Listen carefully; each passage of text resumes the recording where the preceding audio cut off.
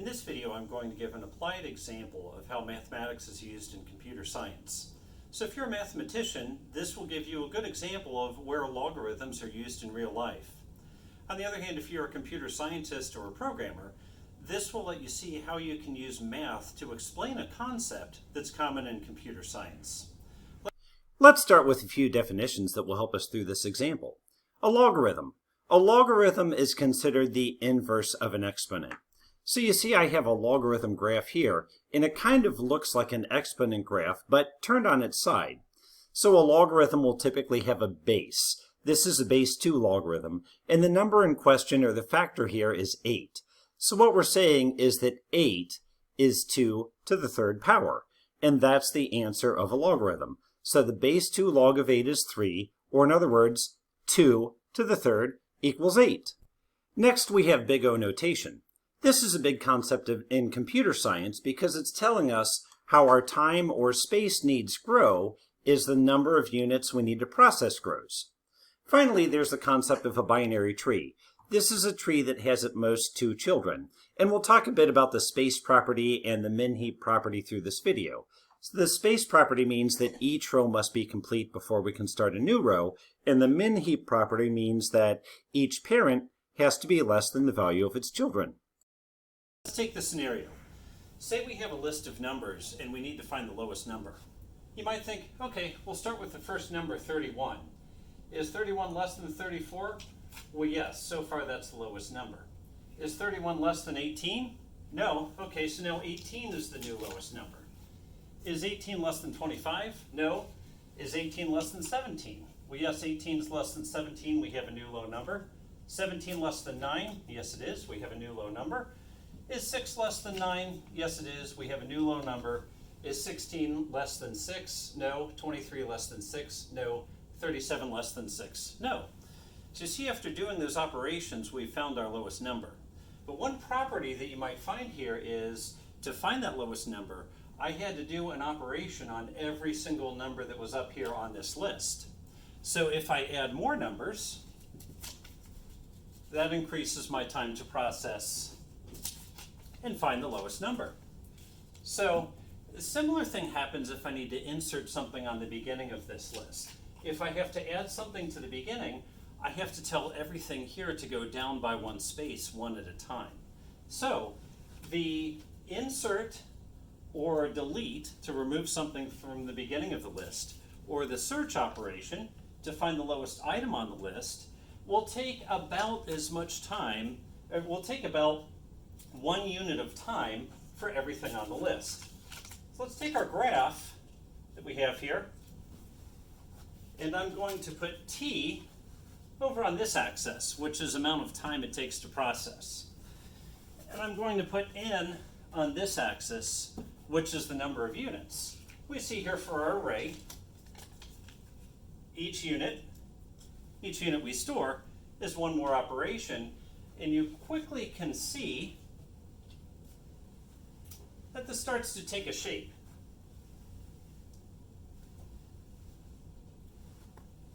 Starts to be about a 45-degree line, as we can see here. And that's what we're going to say is O to the n notation. The more n we have, the more time it takes to process. Now, let's consider a different way to solve this very same problem. Here we have a binary search tree. It fulfills 2 different rules. Number 1, the shape property. The shape property means that we have a complete tree so that we have one item up here, then 1 and 1, and then 1, 2, and 3, just like so. So you see, as we're forming this tree, we don't start a new level until the previous level is full. That's 1. Number 2, this one satisfies the min-heap property, which means that if we look at a parent, its children are greater than or equal to that parent. So 9 is greater than 6, 18 is greater than 6. And it recurses as we go down. 9 is less than 16, or said another way, 16 is greater than 9. 9 is less than 25. 18 is less than 34. The nice thing about this is, how do I find the lowest number here? Well, that's what's called a peak operation, and you notice that the lowest number is always at the top of the heap, so it's very easy to find. So, no matter how big the heap is,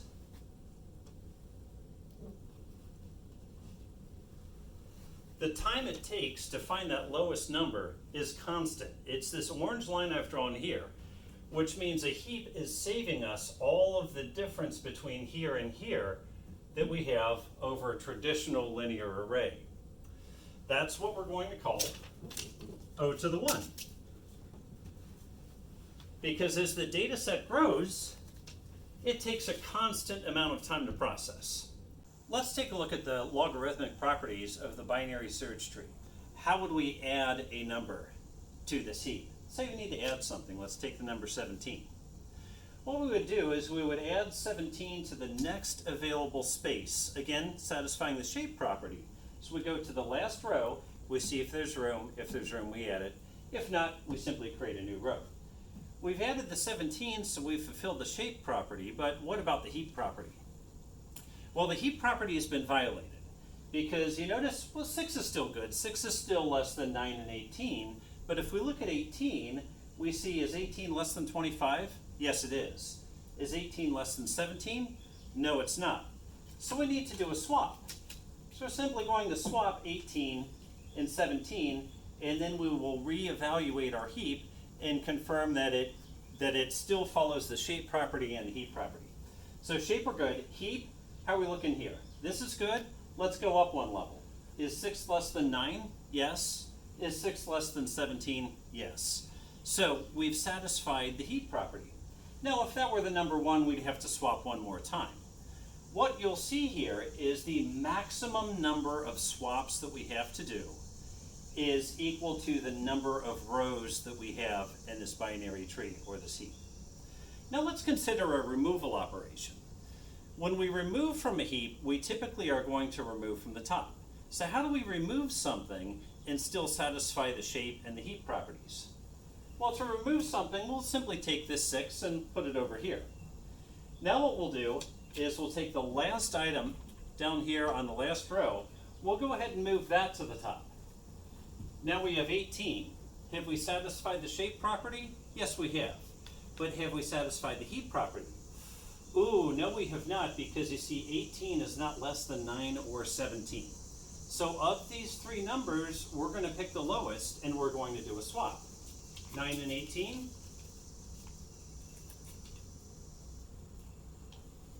We swap. Have we satisfied the shape property? Yes, we have. Have we satisfied the heap property? Not entirely. We have up at this high level, but if we go down and take a look at this and we recurse, we see that is 18 less than 16? No, it's not. So we've not satisfied the heap property. Is 18 less than 34? Yes, it is. So once again, we simply do a swap. And now we see both the shape and the heap properties have been satisfied for this data structure that we have. One very important thing that you'll notice through this is that when we did our first set of swapping, we only did it over here and we ignored everything else. That was when we added something. When we removed something, we did swap, swap, swap, and we ignored everything else. That gives rise to this logarithmic power where we're only really looking at a subset of our numbers. But even more interesting on the logarithmic power is that you notice that we only have to do one swap per level. And each time we add a level, we get a whole lot more capacity. From 1 item to 3 items to 7 items, and then to 8 more items for a total of 15, so on and so forth. Okay. If I have 1 row, then I can store 1 item. If I have 2 rows, I can store 3 items, because you see each parent can have at most 2 children. If I have 3 rows, I can store 7 items. Okay? And we see that this will keep going down. I could add a 4th row, and on that 4th row, I could give each of these children further children, like so.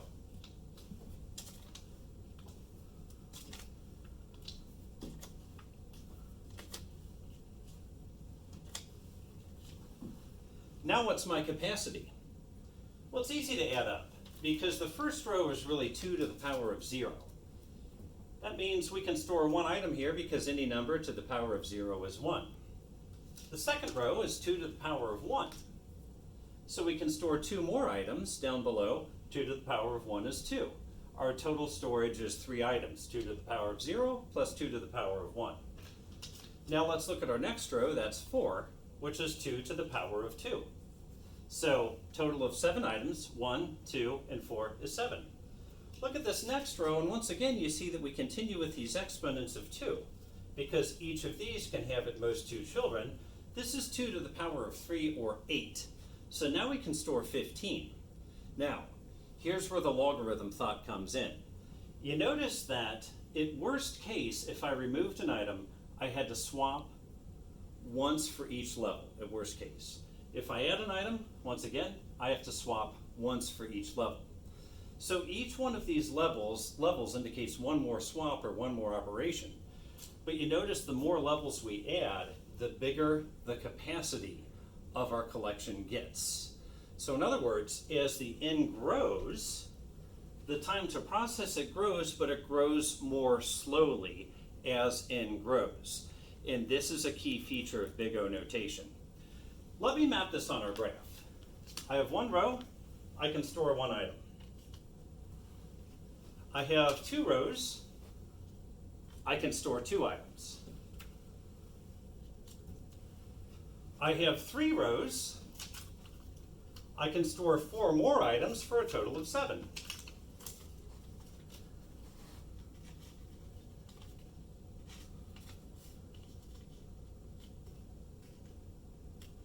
When I add another row, I can store 8 more items. So if you see on the graph, you can think of t as the number of rows, because we remember that each row means one potential additional operation as I'm either inserting or deleting from this collection.